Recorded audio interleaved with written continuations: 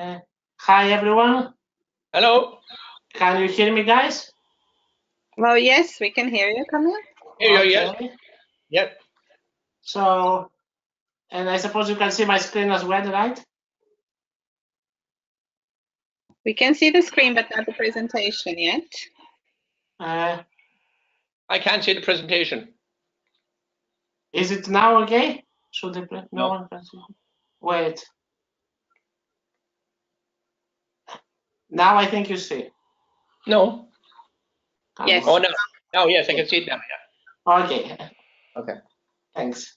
So, welcome, everyone. Mm-hmm. I see a raised hand from David. So, let's unmute David. Maybe he want to say hi or something. David, you are on mute. Okay, no, I just wanted to say that the microphone is was set to mute, but it's okay. Yeah, hello, first of all. I wanted to say to all of you guys that we will, wait, I will change the slide so you will see also. So with how the webinar works, everyone will be on mute for now, so we don't have like a background noise and the webinar goes smoother. But if someone has a question, you can either raise your hand as David did, or you can type it in the question box, or you can wait, and we have like at the end we'll have like a discussion section, so we might unmute all of us, or we'll see how it will. If we are too many, we will not unmute everyone, but still, you will be able to speak.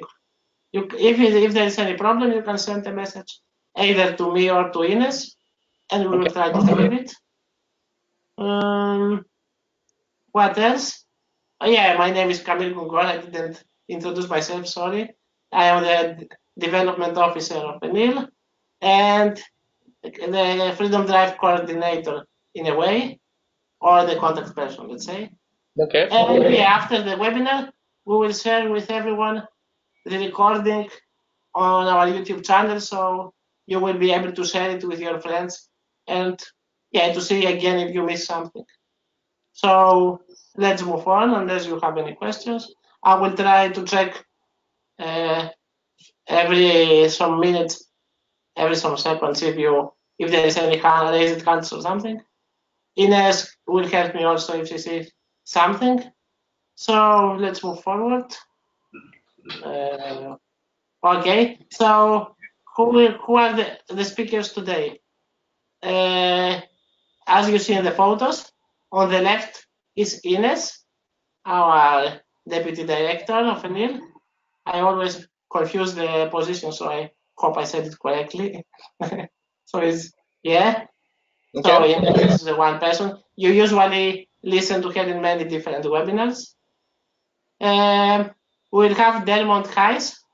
He's our friend from Ireland, a very experienced freedom driver and very active activist.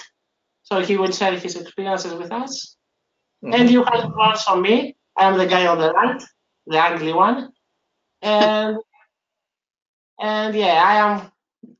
I will basically facilitate the webinar and say a few things about the Freedom Drive.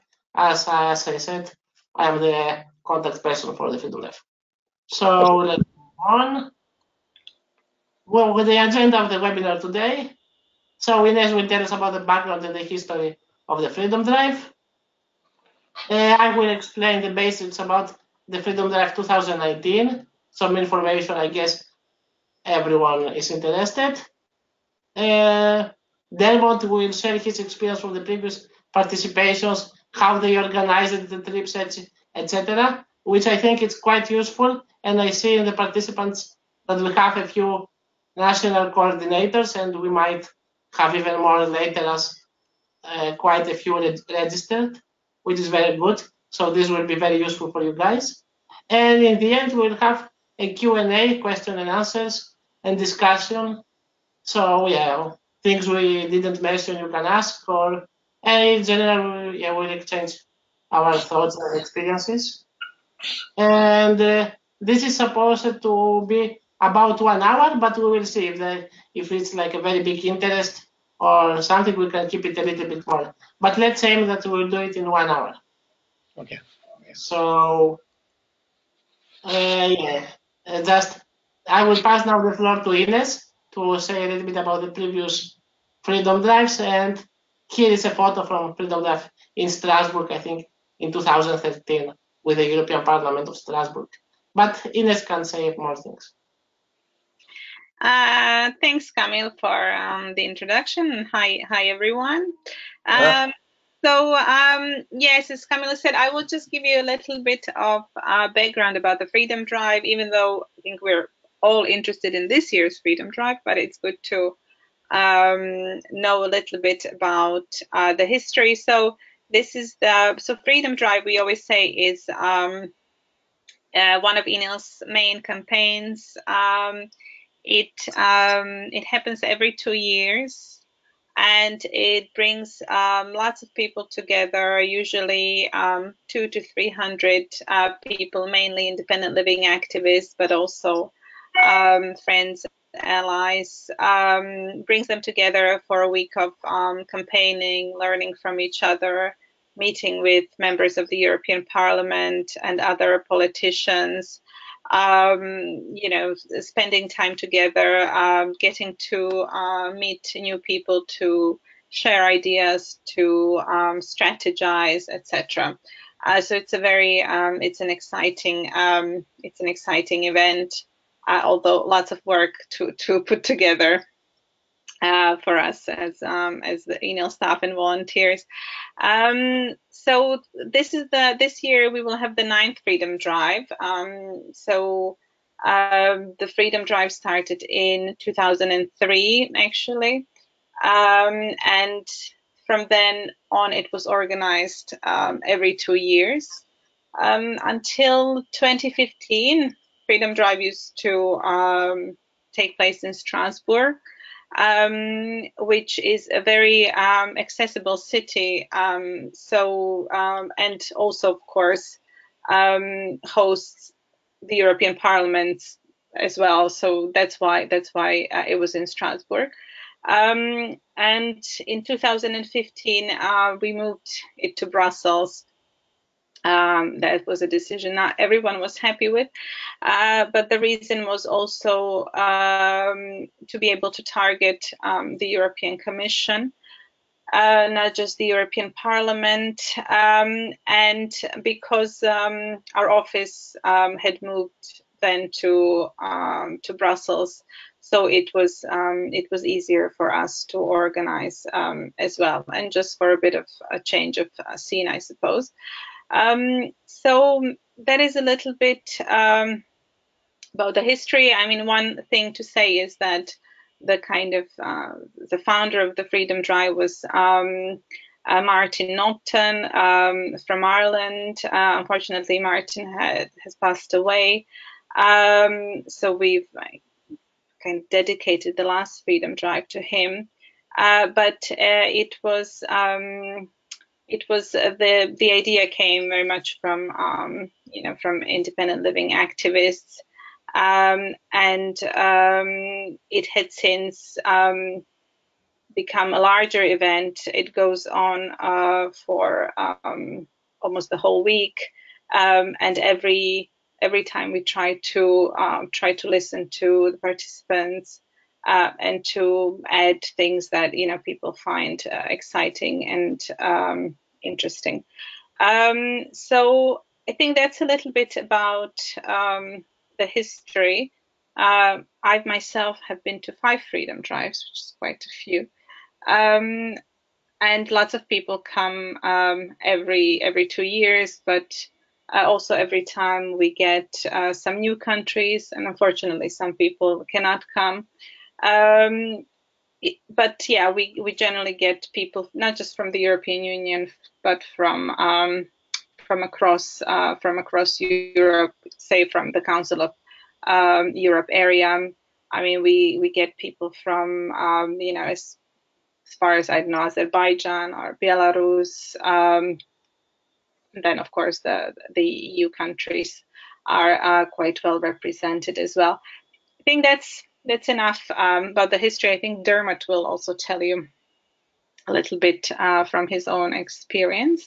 But I would pass the mic to Camille, and he will tell you a little bit more about this year's Freedom Drive, what we have planned for October for you. Okay, thanks, Ines. Just a quick comment, guys, that this Freedom Drive, the one that you see on the picture in 2013, was also my first Freedom Drive. I have been in 2 Freedom Drives, and it was the starting point for me to be involved in with independent living movement and with ENIL, and changed my life as I now work for ENIL, and this is thanks to the Freedom Drive. And I know that many people are kind of inspired and starting from Freedom Drive, so it's always good to, yeah, it's a great event and brings people together, and we exchange ideas and we hear what's happening in different countries, and we think that it's worth to do it in our countries. So we founded a Greek organization of independent living and things like that. So yeah, now let's move to the next slide.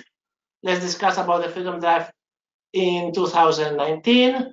So what is Freedom Drive? I think Ines more or less explained it, so I won't say a lot of things so we don't take much of the time. Basically, it's a big biannual gathering of the independent living movement of people across Europe and even out of Europe. If they want to join us, they are free, of course, to do it. We meet, we exchange knowledge about what's happening on independent living in our countries. So people from advanced countries learn what's happening in the, let's say, in countries without independent living. We learn what's happening in their countries. And yeah, in general, it's very interesting and useful. We have a conference, we meet the members of the parliament if we are from countries that have members of the parliament, in the parliament, the European Parliament. Otherwise, we meet other delegations or do other activities. We have workshops. We have a big march, which is the highlight of the Freedom Drive. The previous photo was from a march, and a little bit later I will show you other photo again from March. It's very nice, so the city hear us, and it's also in line with our motto, proud, strong, and visible. We want to be visible and to be clear about our rights and to demand. So this is the, let's say, the what, where it will be in Brussels from, I think the first one was in 2015. Before that we were in Strasbourg, but we moved to Brussels, as Ines said, in Belgium. Yeah, it's not super accessible, but it's worth it, and probably it will help also Brussels to get more accessible. And in Brussels, we don't have only the European Parliament, but we have the European Commission, which we try to involve for every time in the Freedom Drive, and and other bodies and other important maybe organizations. Our members might want to meet with other organizations in this period, so it's really, it's strategically good location to do the Freedom Drive. In the end, it's the capital of Europe. When you see it on the title, it's one from 1st October this year in 2019. Freedom Drivers are expected to come one day earlier, so 30 September, and probably leave at 4th October, but yeah, that's not strict, so we just say that it's most of them will have this schedule. Who in terms of organizer, it's ENIL staff, ENIL board, and who in terms of attending, it's our members, Freedom Drivers, disabled people, their personal assistants, their allies, our members, not only our members, but also our colleagues, which we work together from different organizations. For example, the Brussels Bubble, and whoever wants to join us these days is free to do it. And why? We do it because, more or less we explained before, because we think it's important to meet. Sometimes we also have our board meeting and our general assembly, and so we can elect new board every 2 years. While we are also, as I said, more proud, prouder, stronger, and visible if we are together. More visible together if we are together. So more or less that. Let's go to the next slide because I don't. Yeah, this is the agenda. I don't remember it exactly. So let's briefly see the agenda of this Freedom Drive. Of the 30th September, as I said, we have the arrival of Freedom Drivers. Most of them, not all of them. On 1st October, it's Tuesday. So as you see, it's only weekdays. 1st October, Tuesday, from the morning until the early evening, we have workshops on topics related to independent living. We have, for the moment, we have 6 workshops in mind. But we will see. We might do more or less depending on the interest of people.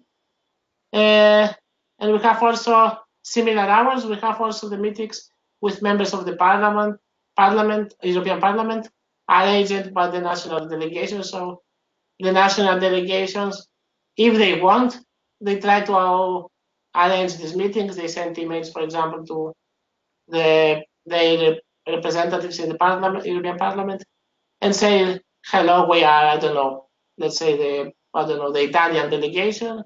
We would like to meet you because we're coming for this and that reason. Are you available on 1st October any time from this hour, from 10 to 6? And something like that. And some of them reply, some never replies. So in the end, you will meet some of them, but it's still good. So this is but for the people who don't have the members in the European Parliament, or who don't want to meet them, you can follow our workshops, or you are free to do anything else you want. You can meet your national delegations in other committees or other organizations. It's open. On 2nd October, Wednesday, in the morning, we have the gathering in front of the European Parliament, the one in Brussels this time. Then we have this protest march for independent living, which is the big highlight, as I said. It's very interesting and very fun, but also very important. And then we have like a small break, probably to eat something, to rest, to go to the toilet and things like that. And then we have a hearing on freedom of movement in the Parliament. This is always interesting and nice to have. We usually have some members of the Parliament there, from the disability intergroup, or even out of it. It's interesting. And after that, we have the big party of our 30th anniversary. As you see, the times is from 5:30 to 11, so it's a night party. It's the most fun time of the Freedom Drive. It will be the most fun at this time. It will be dancing, eating some food. It will be nice. You will hear more information about it in the future. The next day, on Thursday, on 3rd October, we begin with a conference on independent living. If I'm correct, Ines can correct me if I'm wrong, it will be in the European Commission building, which is also nice, so we involve also the European Commission. Then we have a break again for food and things like that, and then in General Assembly, when we do about the board and the elections and everything. And then we have some side events, like the youth network meeting. So they have also their election, and they say what they did, what they will do, and stuff like that. And the regional team meetings, like our members from the north part of Europe might meet together. Other members, let's say from East Europe, might meet together and things like that. We will come also in the future with more information about it. And on 4th October is the departure of Freedom Drivers. So this agenda is a general one. It might change a little bit in the future, and it's basically the one you see now. It involves all the Freedom Drivers, because also we have like some things for the board, like a board meeting before the Freedom Drive and a new board meeting after the Freedom Drive. So but it's not in this agenda because it's not open to everyone. I don't know if Ines want to add something on this. I think anyway, you are speaking next. Yeah, thanks, Camille. Well, maybe just to add that we are also trying to organize a meeting of the World Independent Living Network, which was established recently. We are not sure yet if it's going to happen, but we are trying to get. It depends on the funding, of course. If we can raise some additional funds, we're trying to get some people from outside of Europe to come together as well, which would make it. Which would, of course, make it more exciting, more interesting. But no, this is the general program, and I think even though there will be small changes, if it's good for planning your participation in the Freedom Drive in terms of when thinking of when you want to come, etc. Because some people also might want to come just for a certain part of the Freedom Drive. It's not necessary to come to everything either. So there's that, and I will just say a couple. You can move to the next slide, Camille. Just to say a couple of.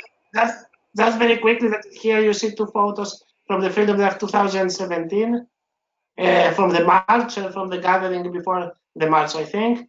And by the way, on the march, on the right, the lady with the speaker, not the standing one, the one on the wheelchair, is Lisbeth. She's here also together with us.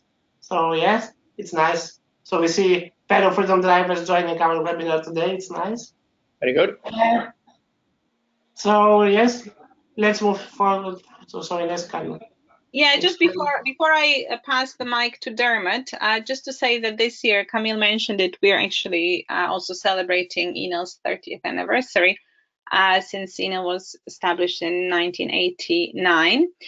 So we'll have a couple of additional things that we're trying to pull together. We're trying to bring to the Freedom Drive some of the ENIL founders to reflect a little bit about, how ENIL came about and what has changed during this time, and to think a little bit about the future of the independent living movement. We're also working to trying to find some archives, documents from ENIL's past, photos, which we will hopefully make available during the Freedom Drive for people to look through. Also working on ENIL's timeline to reflect a little bit about on the main achievements during these 30 years. So it makes this Freedom Drive a little bit different. Everything is still in progress, but we are working on this, and of course the party will be. We always have a party at the Freedom Drive, regardless of whether it's an anniversary or not. But there should be a cake at this one as well. So I will now pass the mic to Dermot, just to say that the reason why we've asked Dermot to be at this webinar is because he's an experienced Freedom Driver, and we've always had great large delegations from Ireland at the Freedom Drive, just to say that for us, ENIL is quite a small organization, doesn't have a big office or anything. So what we do at the office is plan the program. We try to organize everything on the spot, but we really count on the people in the different countries to get together and to plan, their trip to Brussels, to plan their participation. So we need people in the different countries who can mobilize others, and who can, try to make sure that there is a group, whether small or large, at the Freedom Drive. So that's why we asked Dermot to share a little bit about his experience, and the experience, how they work in Ireland on preparing for the Freedom Drive, because they've been one of the most organized groups. So Dermot, I'll pass the mic to you. Thank you very much. I went on 4 freedom drives, 3 to Strasbourg and 1 to Brussels. 2 of them overland, obviously, but I'm not that much younger anymore, so overland is a bit difficult and takes longer. But definitely a lot of this work can be contributed to Martin Naughton and his charm and his love and his passion, and he toured the country, and I supported him, etc. So he was the main instigator of people going there, really, So plus the fact the independent living movements around the country was well organized in terms of, since 1992, we had pockets with various pockets around the country, so we could tap into various people. So there was a lot of passion around that, and there was a lot of campaigns around that. So we kind of understood the message, and the message was about personal assistance. That was the key thing, and transport. There were the 2 key issues. We didn't cloud it with anything else. We didn't kind of smother it other issues, but they were the 2 key things, really, And the times we went to Strasbourg, it definitely was a great buzz and a great issues there. And there is no great problem getting money. That is a bit of a myth, really. Some people, there is no problem getting money. It's just the motivation and the reason. And perhaps maybe if we could do 48 hours instead of 4 days, you know what I mean? Keep it shorter and sweeter and activists. And I just found that very good from the point of view of motivation. And we got a lot of local, national television, radio coverage as well, locally here about it. So it kind of enhanced our way of doing things. But we did learn an awful lot, a lot of stuff about what's happening in other countries. And we were very impressed with Norway, very impressed with few other countries there. But that collective working together, and a bit disappointing by some members of the European Parliament. I mean, Marian Harkin was a wonderful, and still is a wonderful member of the European Parliament, and she's always been very accessible to us. And she's actually did a lot of work behind the scenes, and Martin and the relationship, and I had a good relationship with her. So really, having a member of the European Parliament or 2 that you'd be very friendly with and have a good relationship with. She knew what the issues were. She pushed the issues, and so we had good access to what's happening, really. So that was very important for us. We have 9 members of the European Parliament in Ireland, and I'd say only 3 of them would be any good, really. 3 of them would be useful. Brian Crowley, who is retiring this year, although he's a wheelchair user, he has a disability, he wasn't much good to us, really, We didn't find him any good in terms of supporting what we're doing in allies. So very, very important that the members of the European Parliament that in your locality, and they're always looking for people to get onto them, communities get onto them, because they all have budgets. The last time I went now, it cost Marian Harkin, I suppose, of the taxpayer around 2,500 to 3,000. Because I stayed in the best hotel, which was crazy, but anyway, the best hotel in Brussels, which is for me now, that was way too lavish, I didn't expect that. I know bed and breakfast would have done me fine, but she insisted that I stay in this hotel near the Parliament and all that. So that was expensive, and get all the flights done and the whole lot. Those are the logistics and practical issues there that surround people getting there, and the issue then, there is a certain will, all right, but you need younger people involved and to reach out to younger people. Independent living movement that we have now set up after CIL, it's the same body, it's the same group. We have a fantastic newsletter every single week going out to all the members, right? So that's a great way of communication and getting on to people about that. But some of the old guys like myself are getting old and obviously tired, and I'm 65 almost this year now. So the reality is that, and then the other question to see as well, folks, what are the things we achieved in 2003? Can I go home now? Can I tell my friends today now, when I ring them up, we have achieved this by being out there in the ENIL drive. We've achieved these 2 or 3 things. Keep it simple. You know, I know we have article the UN Convention achieved. We've got it over the line eventually in Ireland, but it's not fully sanctioned yet. But we're nearly there, 75% of the way. So the UN Convention is very important, you know, for us as well.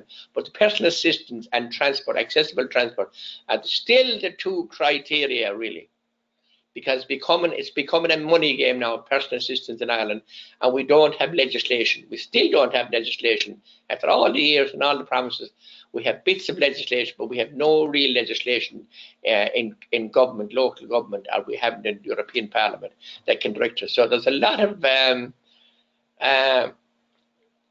services being produced by charity models. The charity model is very big in Ireland. You may be aware of that. So there's a lot of dependency on the charity model. So we've got to be brave and stand up against the charity model. And it's difficult because a lot of my friends are tied into the charity model. They collect money at weekends and go around shaking the buckets or selling the lines or having discos or dances or something.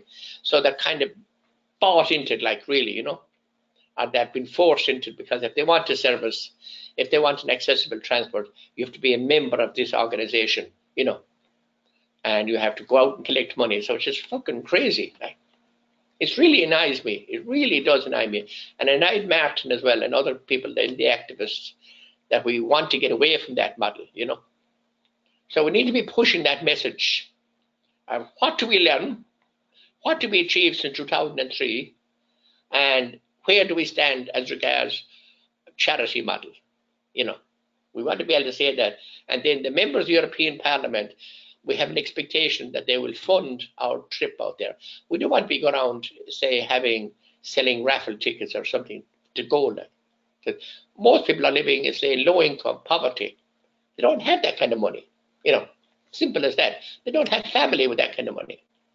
You know, austerity is big. Austerity, as you know yourself, that's a huge issue. That's my story. Kabir. Thank you, Dermot. Stay with us because, yeah, we will have a nice discussion now, and probably your experience will be needed. And as you hear, Dermot had really useful things to share with all of us. And yeah, we are I want to say again, thank you for accepting to be with us today. So we have prepared some frequently asked questions, but we want first to ask, why we will discuss this. Maybe you have also questions, or guys, or you want to say something. So now is the time. Either raise your hand or type the question. And so yeah, we will give you some time to do it. And until then, let's try to answer a few questions together with Ines and Dermot, of course. So I will try to facilitate the whole process, but feel free, guys, to speak whenever you think you know the answer or something. So, and please, guys, feel free to ask any questions and to make comments. So, is the city of Brussels accessible? Yes, it's not super accessible. It's not Strasbourg. It's challenging, the transport especially, but it's doable. And one of the reasons we do the Freedom Drive there is to raise awareness on accessibility in Brussels as a capital of Europe and as a city in general that should take care and respect, not take care, it's not the correct one, respect all citizens. Imagine that when they see like 200 people marching in the street and have like, let's say, challenges to move from one pavement to the other one, then it's a thing to consider to improve. So yes, it's not super accessible and it's not super cheap also, but it's doable. We have a list, for example, with accessible hotels on our website, and on the next slide you will see also a link to that. Why Brussels? I think we answered it yesterday, because it's the center of Europe, the capital of Europe. It has the Parliament, the Commission, other bodies, and it's our office is there. our allies are there, so it's a good location. So that's about Brussels. Next question, I want to participate. What should I do? Well, you need to register. Now you cannot register yet, but we will open the registration, which also is the next question. When will the registration open?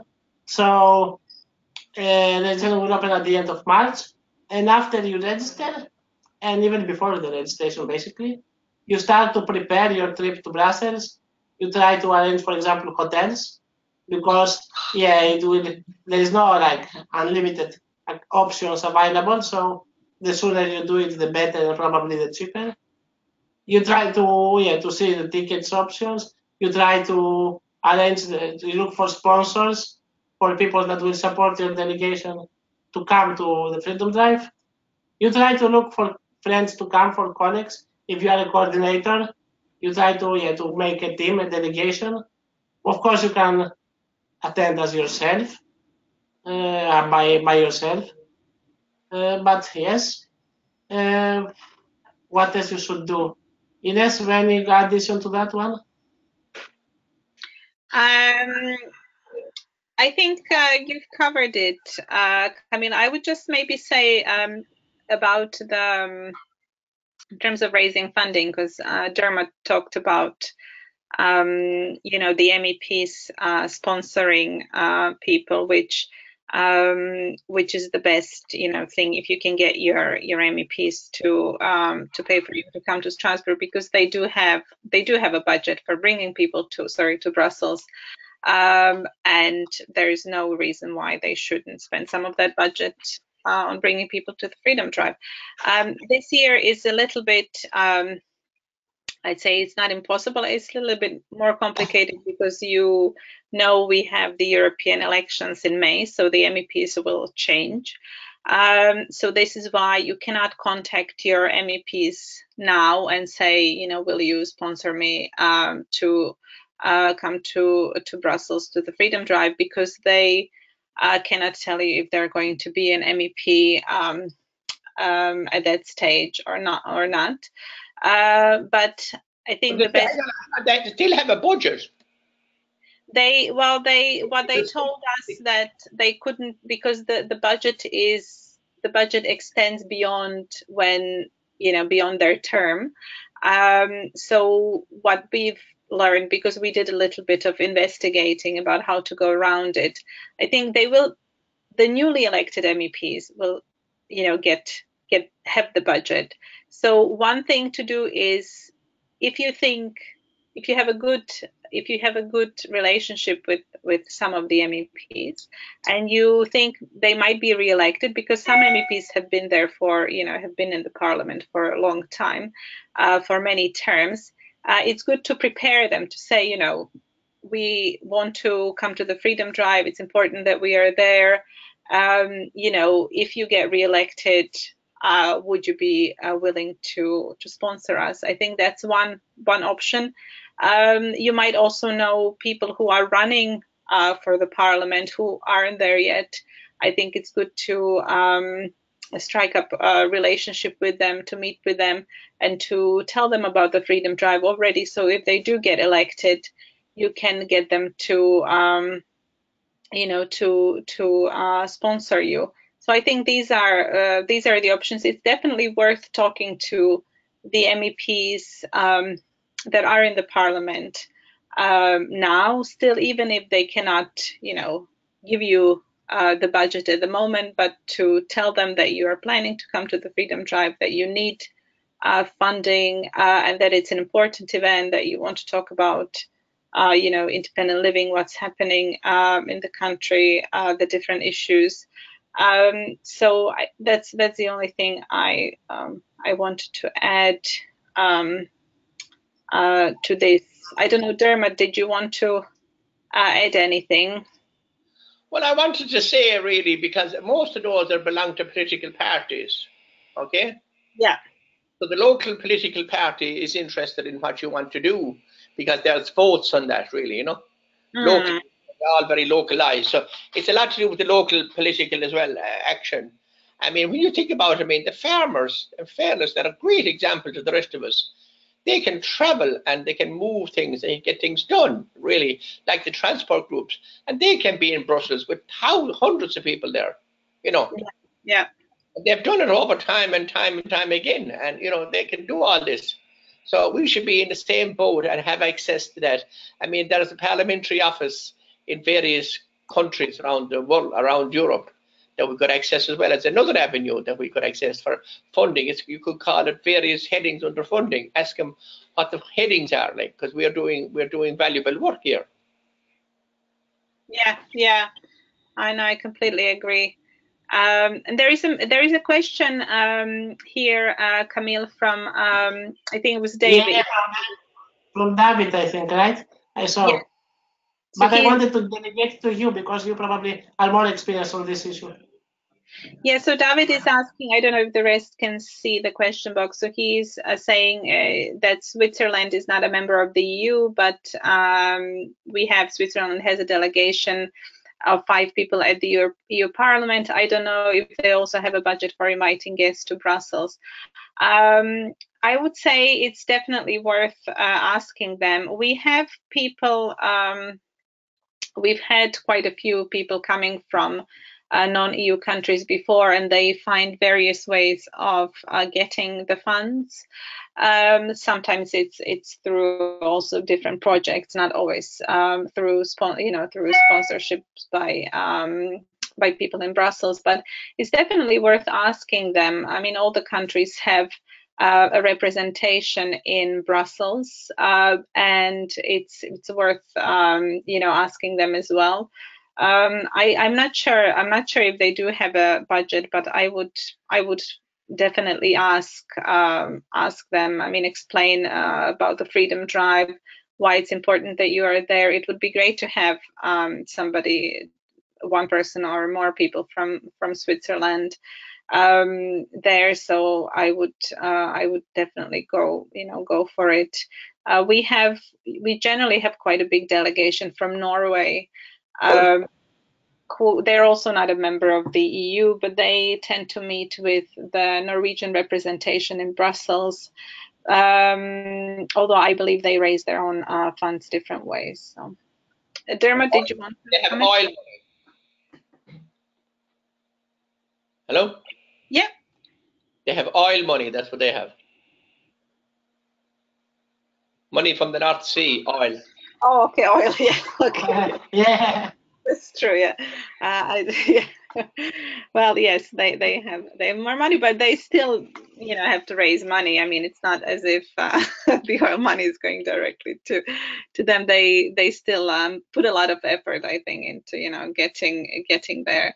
I mean, the other thing is just to say that not everybody. Some people come, like Dermot said, come over land. Some people come by car. Or by with mini buses, in which case you have more options of where to stay, because you don't have to stay then in the center of Brussels in a more expensive hotel. So people tend to stay also in cheaper hotels in neighborhoods that are further away, but with a car it's easier to access than the center, where the EU area where all the events are being held.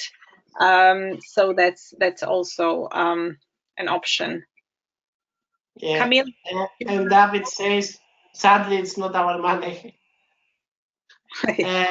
And Simone says, hi, I'm late, no problem.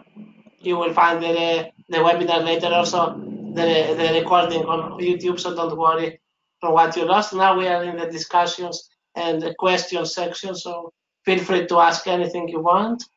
And the same goes for you guys who are already here a little bit of time. Until you think of questions, let's move to the next ones we have prepared. Do I have to attend the whole event? Well, you don't have to attend the whole event. Basically, you don't have to attend the event in general. But if you come and if you find money or you pay money for that, I would suggest that you attend at least the biggest part of it, not only because of the money, but because it's really worth it. You will learn a lot of things. You will exchange you will discuss and exchange knowledge with a lot of people.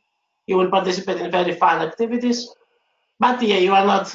It's not obligatory to attend the whole event.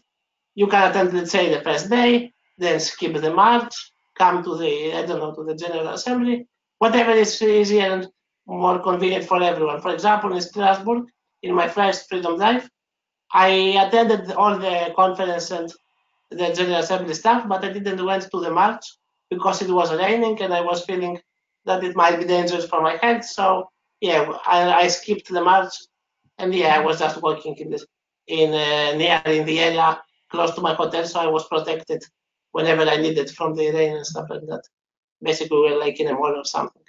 But in general, it's good to attend the most of the event because it is really worth it. The next question is, do you cover the expenses of the participants? Is it free? So let's start with the second one. The participation in Freedom Drive is free. No one pays something. If I'm correct, if I'm not erasing correct. We have a small contribution towards Sorry, guys. but we haven't.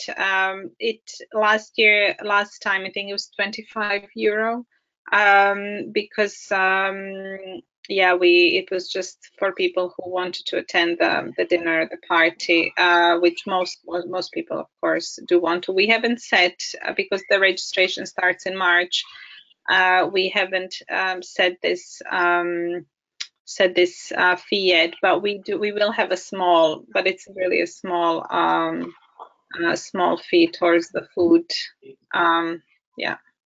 Okay, so my bad, guys. Sorry. You see, I'm quite new yet, so I'm still learning.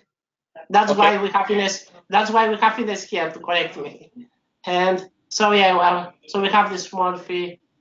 Apart of that, the first question is: do you cover the expenses of the participants? Well, no, ENIL is not able to. We don't have budget even for us, let's say. So it's very difficult to cover the 200 or 300 participants. But what we have done, let's say, to help our members and participants, we created a fundraising guide. On the next slide, you will see also the link, and it's also on our website. When we give a lot of ideas how people can find money, can raise money, a lot of activities, and yeah, I think it's useful. But yeah, we are not able, unfortunately, even though we would love to do it, but it's not. It's just not possible to cover the expenses of participants. But we are always happy to help with advices on everything needed, from hotels to transport to whatever is needed. So you can always reach us and ask us whatever you need. Next question is, I don't belong to any DPO or NGO. Can I come individually? As long as I know, yes, of course. Everyone is welcome on the Freedom Drive. I think that the only thing you cannot do if you are individual, basically you can, but only if you are a member of ENIL, is the voting for the General Assembly and for the elections. Other than that, if I'm correct, Ines, everyone is free to attend the whole program, right? Yes, absolutely. Yeah, it's open. We ask people to register. We ask everyone to register in advance because, of course, we have to know how many people are coming.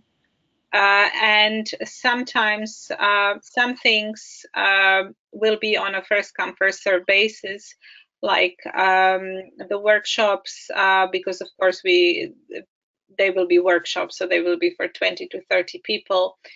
So in case you want to attend the workshops, you should register in time to make sure that you can take part. Also, the meeting Camille mentioned, we will have a hearing in the European Parliament.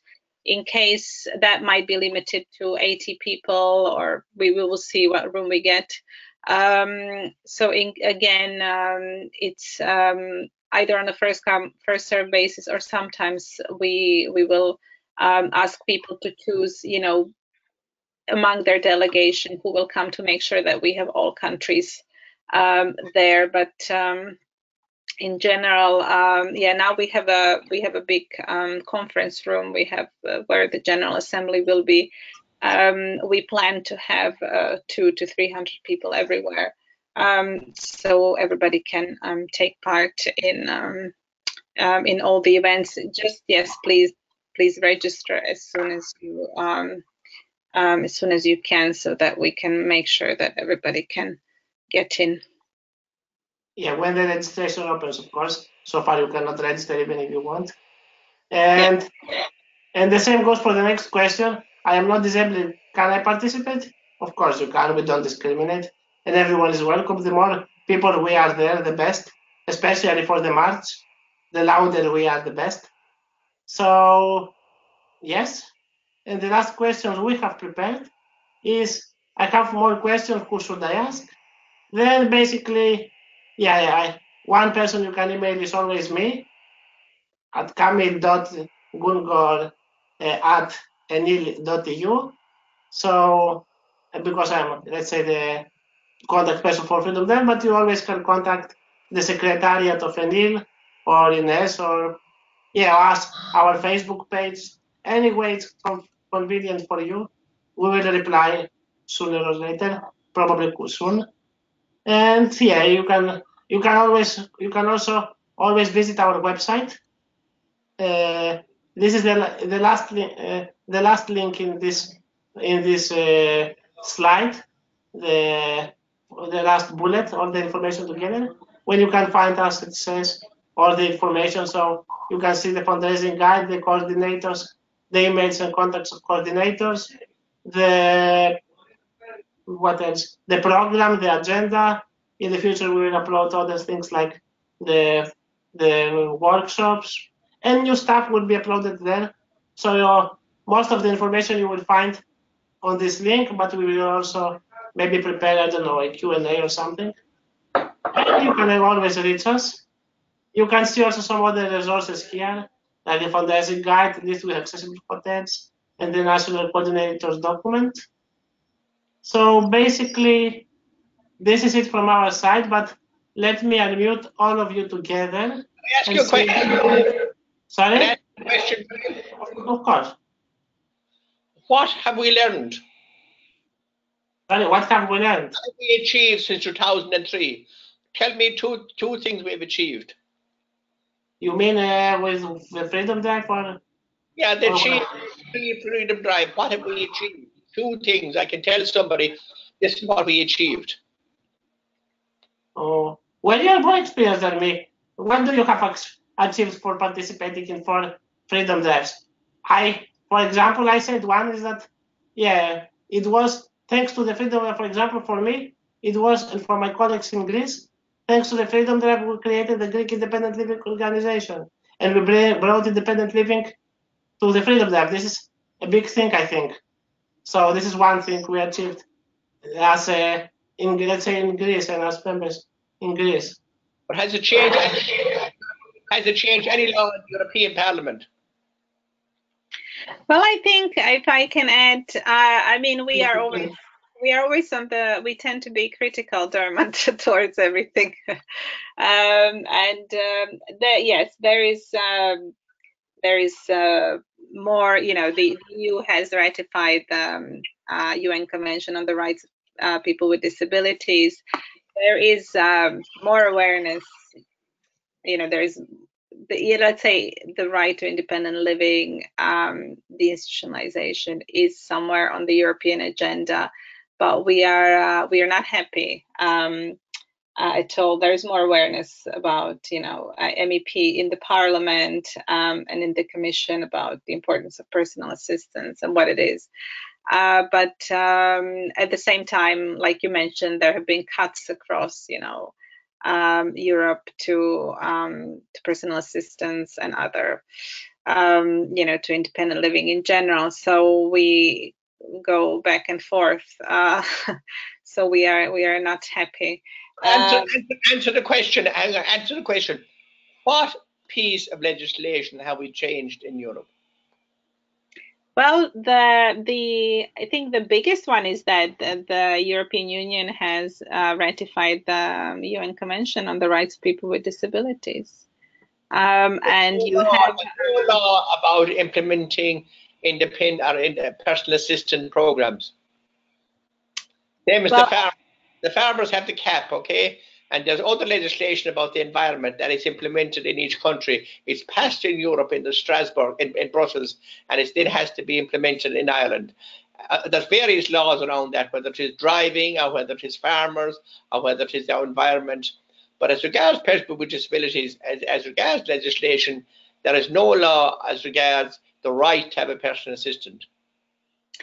No, there is no right to personal assistance at the EU level, because it's that's considered the competence of the member states, not of the different countries, not of the European Union. So that is the case. I mean, you have a reference to the CRPD in different pieces of EU legislation, which is important, but there's no universal European right to personal assistance.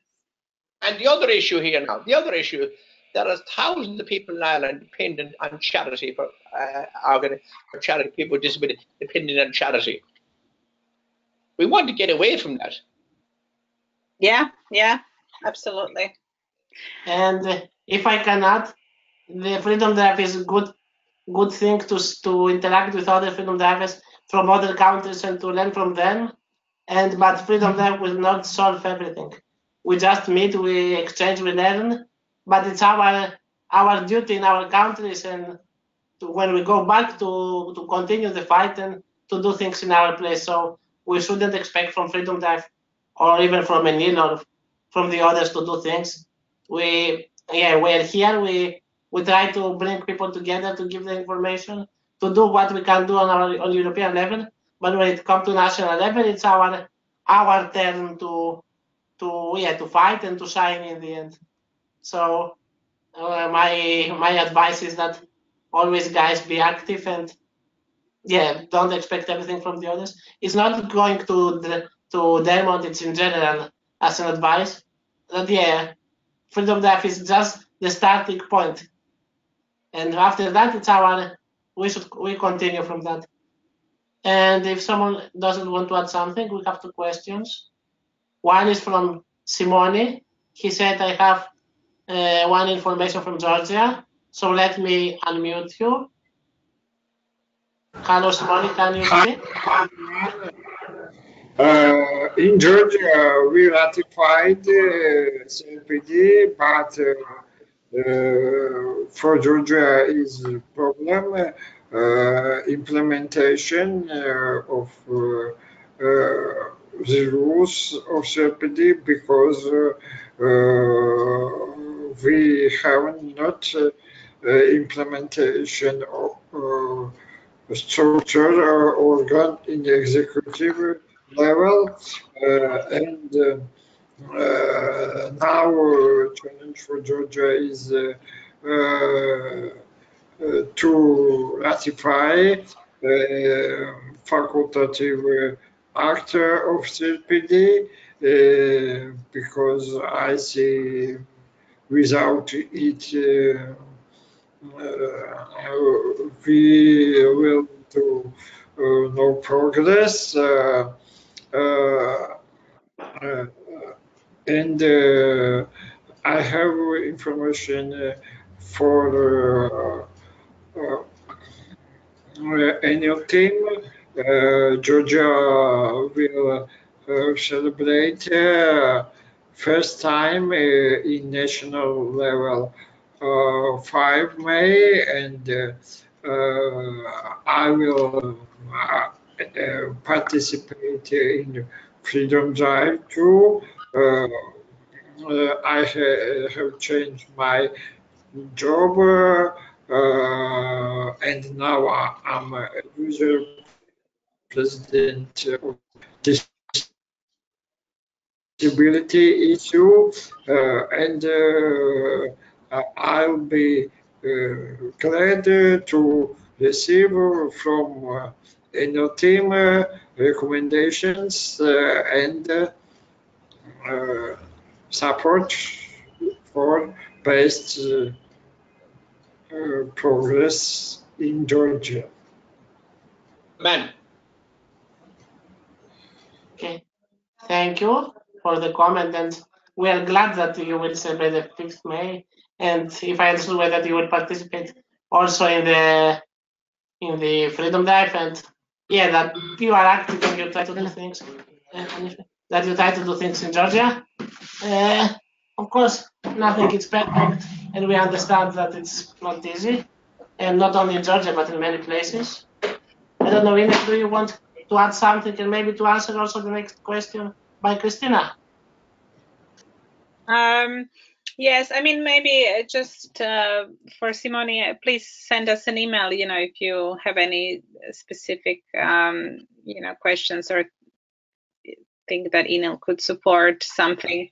Otherwise, we hope we will have somebody from Georgia, you or your colleagues at the Freedom Drive. That would be great. Yes, Christina is asking if it's possible to contribute a topic for the workshop. I think, please go ahead and write to Camille. What we've decided to do is, because of course we are limited by the room, so we at the moment I think we have 6 workshops in mind. And what we've decided to do is to put the workshops on the registration form, and we will see how many people register for each workshop. So depending on the interest, if not enough people register for a workshop, we won't hold it.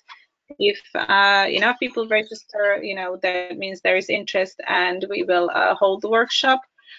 So please, do feel free to email us your idea and tell us if you would be prepared to also lead the workshop yourself. Otherwise, we don't have knowledge on expertise on everything, so it depends on that as well.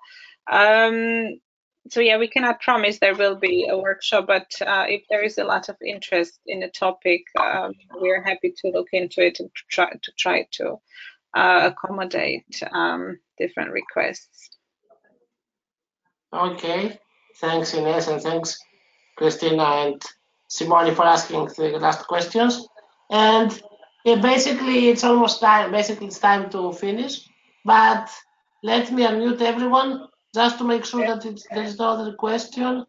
And basically, wait, unmute all attendees. Yeah, so guys, wait. No, you're not unmuted, I think. How it works. I think I put it manually. So, I think you have to unmute yourself. If someone of you want to speak, you need to unmute yourself. I think Lisbeth unmuted herself. Christina.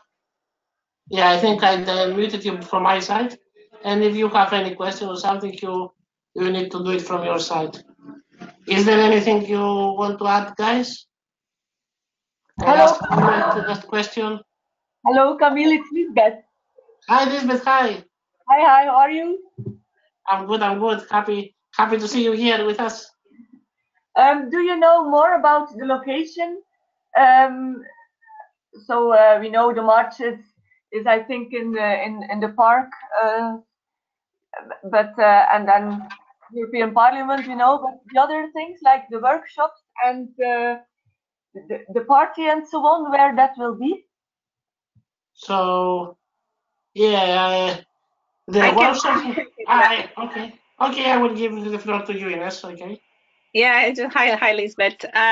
Everything will be in the sort of EU quarters area. So the workshops will be in Mundo J, so close to the European Parliament. If we have more interest, and if we want to put together additional workshops, we will look for places also near near the European Parliament, you know, we will try to ask other organizations to let us use their meeting rooms, things like that, but we will make sure that they are close. The conference and the General Assembly will be in the Berlaymont building, so it's the big big conference building where they have the European Day of People with Disabilities. So also in the same area, so fairly close as well to the Parliament. The march route will be, you know, between the Parliament and the Commission. We cannot tell you exactly the route now, but it will be there. The party we are still in between two different places, but it will be close to there. What we are trying to make sure is that people can, you know, can walk, do not have to use public transport to get from one place to another, so that it's, because we, you know, I think Camille was nice by saying Brussels isn't super accessible. It's very inaccessible. So everything will be close by this year. So hopefully it's going to be easier for people to get from one place to another, and we can avoid people having to use transport, you know, to go to different things.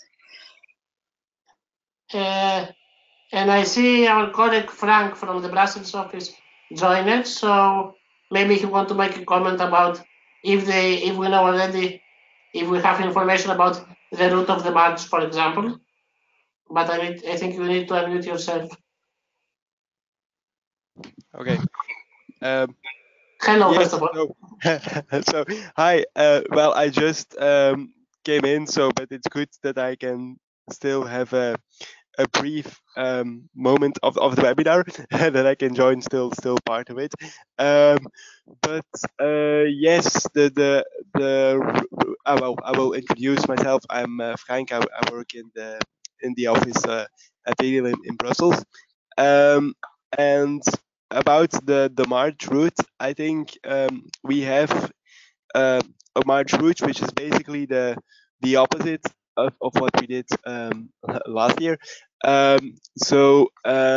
Because we will have the workshop in the European Parliament after the March, we will actually now start at the park, the Saint-Quentin Park, and then end at the European Parliament. So I will maybe have quickly a Google map so that I can show the image, because maybe it's a bit abstract what I'm saying now.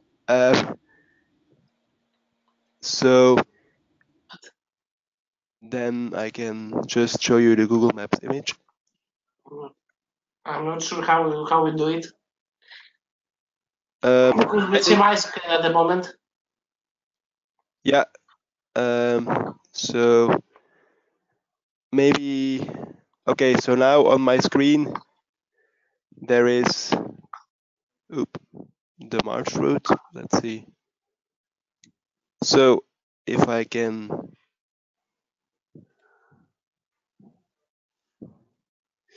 I don't think that the other people will see your screen at the moment, right? Okay, no, still my screen. Okay.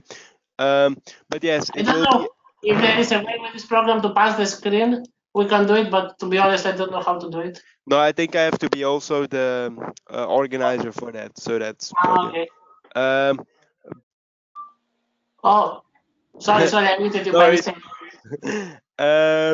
Okay, no, but it will be like a 1 kilometer march basically, but we will start in the Saint-Quentin Park, which is a big park in Brussels, where you have an arch, and under this arch we can start, because then even if it rains, we have a bit of shelter. And then we will march via the Billiard Street, which is the street opposite to the Rue de la Loi, which is the street where all the government buildings are located. And throughout our march, we will pass the European Commission and the Council building, and then we will end in the at the European Parliament, which then after we can enter for the workshop. So you said it's about 1 kilometer, right? yeah, it's And about how much time it's expected that more or less we will do it? Well, I think I think it will be like an hour, like more or less. I think that was comparable to last time as well. It was an hour and a half, because of course, we will stop also before the commission building and before the council building to make some noise. And the plan is also that we have, if all goes well, a cage a cage that is portable in front of the commission building at the Schumann Square, where there is the pedestrian area, so that we kind of have a cage with a wheelchair user or with a disabled person inside it, to create a good image for the media and also for the commission officials to actually see that what we want to do is remove barriers for disabled people to participate to society. So actually to get out of the cage is our goal.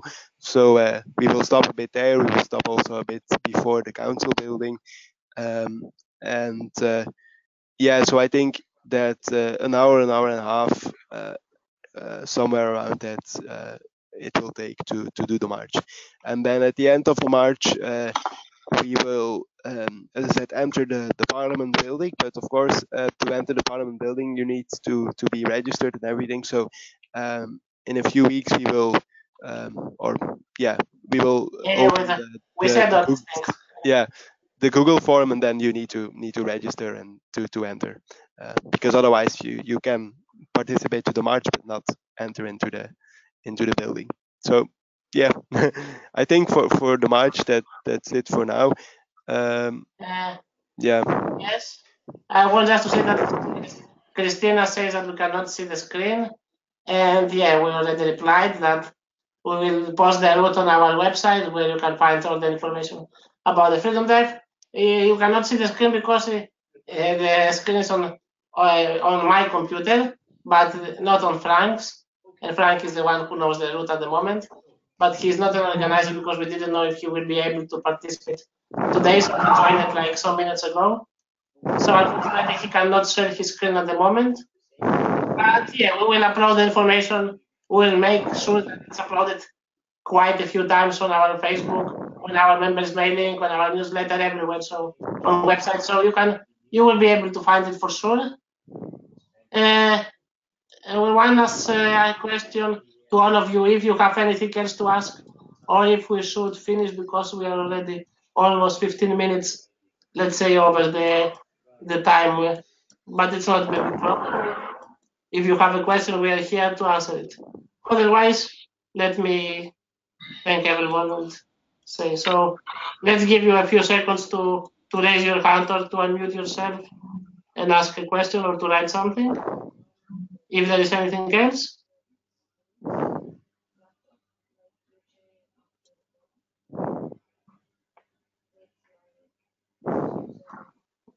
Well, I don't see any raised hand. I don't see any question in the question box. I guess we are okay. So yeah, thank you all of you guys that you participated today. Thanks, Dermot and Ines, for speaking and supporting this webinar. Thanks, Frank, for adding the last information. I want to tell you all guys that the recording is recorded. The webinar is recorded and will be uploaded soon. Okay. And whatever any question you have, anytime, feel free to contact me or any of our ENIL colleagues, and we will be happy to answer and to help. So hope to see you in Freedom Drive, all of you and even more of you. So invite your friends and let them know about it. And just to let you know that when I close the webinar, it will stop suddenly. So that's why I want to, so don't, yeah, it will be sudden, so don't afraid of that or something. So thank you again. Have a nice day. Yeah, enjoy. I don't know if you have eaten. It's time. For example, here in Greece, we don't eat very early usually, so yeah, it's not time for it. So bon appetit for those who eat, or have a good rest, or yeah, good day, and thank you for joining. See Okay, you. bye-bye. Bye. Bye. Thank you. Bye. Bye. Come on.